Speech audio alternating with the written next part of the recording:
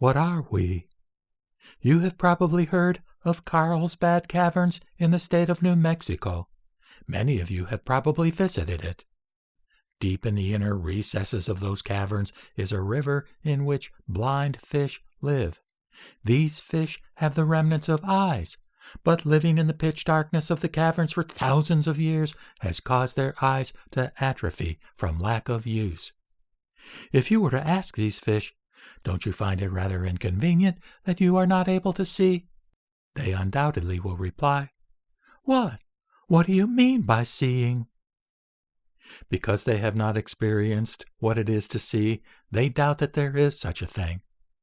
Aren't all of us very much like the blind fish in Carlsbad Caverns? Buddha Dharma teaches that without exception all men and women have a sort of blindness.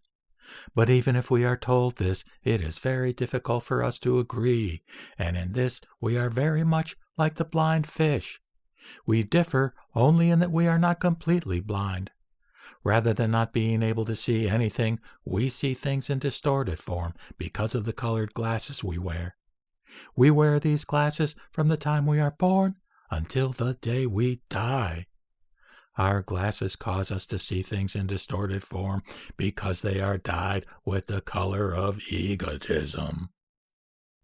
Since you and I cannot see except through the lenses of egotism, we always look at ourselves very tolerantly, but look at others very critically.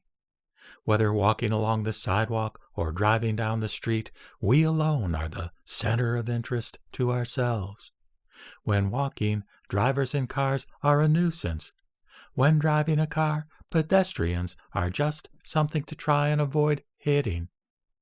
Even on those occasions when we are able to observe ourselves objectively and clearly recognize that we were the ones at fault, the judge deep in our heart forgives us because of extenuating circumstances. However, when it comes to the other person, we are merciless in our criticism. So far, we have discussed the results of our egotistical attitude in relation to other people. But our attitudes become even more clear when we consider our relationship with animals. We speak of this insect as being harmful, or that bird as being beneficial. That meat is good to eat, or those eggs are nutritious. These judgments, harmful, beneficial, good to eat, or nutritious, are all made in relation to how they affect us. Does an insect that is harmful to man consider itself to be harmful? No, it is only doing what is natural to it. From the insect's point of view, the one that is harmful is man. Have any of us performed a pure and simple good deed even once? All of us have helped others, but deep down, didn't we do it after carefully calculating what others would think of our act? Or feeling self-satisfied with, "It feels good to help others." It is extremely rare not to feel the smug satisfaction of superiority we get after making a big show of giving others a treat or a gift.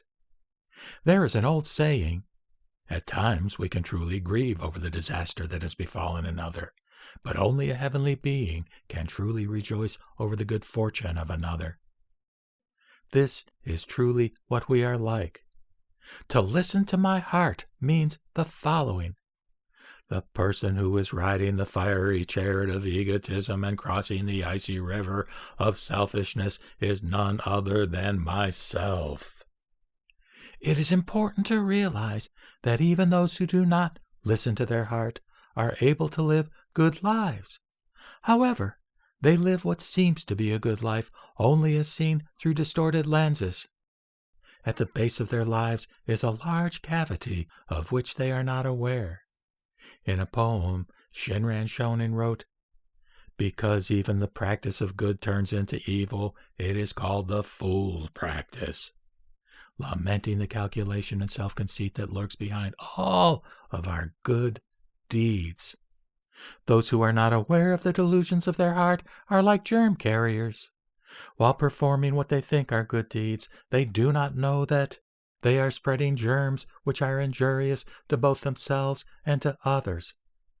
What should we do to stop this? Should we throw away our egotism and renew our heart? It would be wonderful if we could.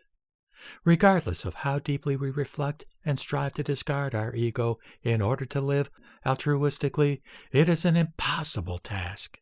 It is like asking the darkness to create the morning sun and light up the day through its own efforts. Jodoshinshu teaches the truth. Regardless of how distasteful and painful it may be, if it is the truth about ourselves, we must listen.